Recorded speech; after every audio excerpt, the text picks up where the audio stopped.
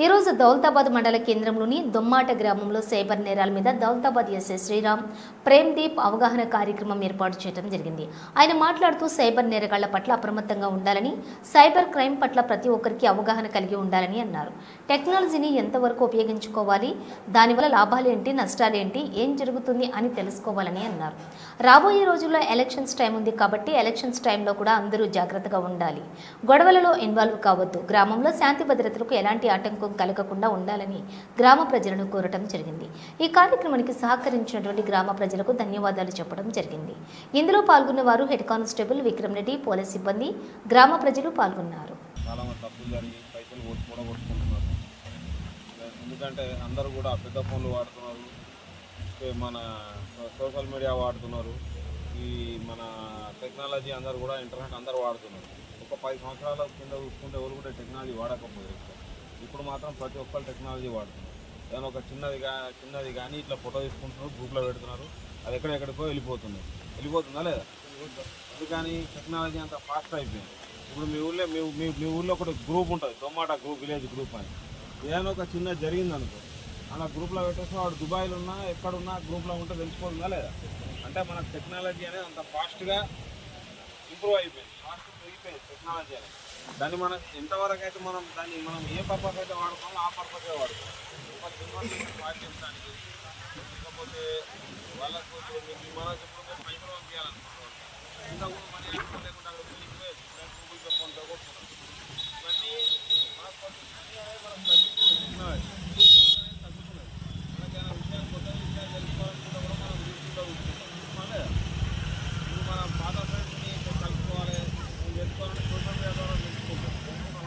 Facebook ద్వారా, Instagram ద్వారా, Twitter ద్వారా, దీని ద్వారా సోషల్ మీడియా ఏదైతే ఉందో దాని ద్వారా మనం పాత ఫ్రెండ్స్ పాత ఫ్రెండ్స్ ఫోన్ నెంబర్లు కలెక్ట్ చేసుకుని మాట్లాడుతున్నాం. అదే టెక్నాలజీ ద్వారా మనకు ఇంతకుముందు తెలియని చాలా విషయాలు తెలుస్తున్నాయి. అట్లనే టెక్నాలజీ ఇవి మనకు లాభాలు, నష్టాలు ఏమున్నాయి. ఇప్పుడు టెక్నాలజీ వలన మనకు నష్టాలు కూడా చాలా ఉన్నాయి. అంటే దీనివల్ల సైబర్ క్రైమ్ జరిగే అవకాశం ఏంటంటే ఇప్పుడు ప్రతి ఒక్కరు కూడా చేస్తున్నారు కాబట్టి సైబర్ అఫెండర్, సైబర్ దొంగలు కూడా ఏం చేస్తున్నారంటే ఈ టెక్నాలజీ ద్వారా వాళ్ళు అఫెన్స్ చేస్తున్నారు. అంటే ఇప్పుడు ప్రతి ఒక్కరికి కూడా గూగుల్ పే, ఫోన్పే ఉంటుంది, అకౌంట్ ట్రాన్స్ఫర్ చేస్తూ ఉంటారు. మన ప్రతి ఒక్కరు కూడా షాప్లో పోయినా ఎక్కడ పోయినా గూగుల్ పే, ఫోన్పే వాడతారు. అప్పుడు ఏమవుతుంది, మనకు ఆటోమేటిక్గా మీ యూపీఐ ఐడి అవన్నీ కూడా వాళ్ళ దగ్గర స్టోర్ అయిపోయి ఉంటాయి. మీరు స్కాన్ చేసినప్పుడు సైబర్ అఫెండర్స్ ఏం చేస్తారు, దాని ద్వారా సైబర్ క్రైమ్ చేస్తారు. ఇంకొకటి ఏంటి, మీకు ఒక లింక్ పంపిస్తారు తెలియకుండా. ఆ లింక్ మీరు టచ్ చేయగానే ఏం చేస్తారు, వాడు ఎక్కడో ఉండి మీ ఫోన్ అనేది ఆపరేటింగ్ చేస్తారు. మీ ఫోన్లో ఉన్న డేటా మొత్తం చూస్తారు. కొంచెం మందికి స్పామ్ కాల్స్ అని వస్తున్నాయా లేవా? కొన్ని డిఫరెంట్ నెంబర్ నుంచి స్పామ్ కాల్స్ అని వస్తాయి. వాడు ఎవడో ఫోన్ చేస్తాడు, ఫోన్ చేసి నీ పేరు ఏంది, పేరు ఇది రాజయ్య, నీ పేరు రాజయ్య కదా, నీ దొమ్మాట విలేజ్ కదా, నువ్వు ఈ బ్యాంకులో 3 లక్షలు లోన్ తీసుకున్నావు, నువ్వు లోన్ కట్టకపోతే నీ ఇంటి మీదకి వచ్చి ఇంటి దగ్గర వచ్చి అది చేస్తాం, నీ ల్యాండ్ అవి అని సీజ్ చేస్తాం, అట్లా చేస్తాం, ఇట్లా చేస్తాం. బ్యాంకు లేదు, మేము బ్యాంకు వాళ్ళని ఫోన్ చేసి ఫేక్ కాల్స్ మాట్లాడుతూ ఉంటాం. మీరు రెస్పాండ్ గారు కాకపోతే ఏం చేస్తారు, మీ చుట్టాలకు, మీ ఫ్రెండ్స్కి కూడా ఫోన్ చేసి వాళ్ళని కూడా ఇబ్బంది పెడతా ఉంటారు. అంటే ఏందన్నా ఇది ఎట్లా అన్నట్టు, వాడు ఆ లింక్ గుర్తెలియని మనకు అన్నౌన్ లింక్స్ మనం టచ్ చేయడం వల్ల మనం మన ఫోన్ దానిలోకి పోయి వాడు మన మెయిల్లో ఉన్న కాంటాక్ట్స్ అన్నీ ఓపెన్ చేసి ఇట్లా ఫోన్ చేసి ఇబ్బంది పెడుతున్నాడు. మొన్న దీపాంపల్లిలో కూడా ఇట్లా జరిగింది, చేరుపల్లిలో కూడా ఇట్లా జరిగింది. వాళ్ళు ఇప్పుడు లొల్లులు పెట్టుకుని ఇట్లా కాదు స్పామ్ కాల్స్ అని, నాకు కూడా ఇట్లా కాల్స్ వచ్చినాయి, ఇట్లా జరుగుతూ ఉన్నది. కాబట్టి ఇలాంటి చేస్తే రెస్పాండ్ కావాల్సిన అవసరం లేదని చెప్పి మనం అది చేయాలి. ఓకేనా? ఇది సైబర్ క్రైమ్ అనేది ఎక్కువ జరుగుతున్నది. నెక్స్ట్ పోతే ఇప్పుడు మనకు నెక్స్ట్ ఈ ఎలక్షన్స్, లోకల్ బాడీ ఎలక్షన్స్ కూడా వస్తున్నాయి. టైంలో కూడా మనం చాలా జాగ్రత్తగా ఉండాలి.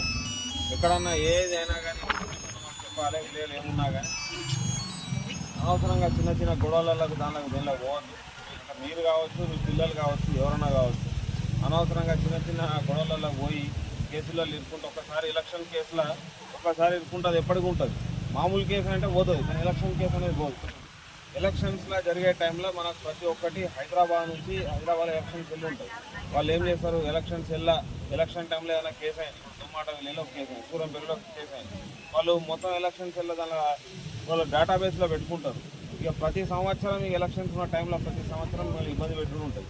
బాండోలు చేసుడు, మీ పోలీసియన్ పిలుచుడు, నువ్వేం చేస్తున్నావు, ఇవన్నీ కూడా ఉంటాయి. ఇక ఎలక్షన్స్లో కేసులు ఇన్వాల్వ్ అయిన వాళ్ళు ఇంతకుముందు వాళ్ళ ఎలక్షన్ కేసులో ఇన్వాల్వ్ అయిన వాళ్ళకి తెలుస్తూ ఉంటుంది.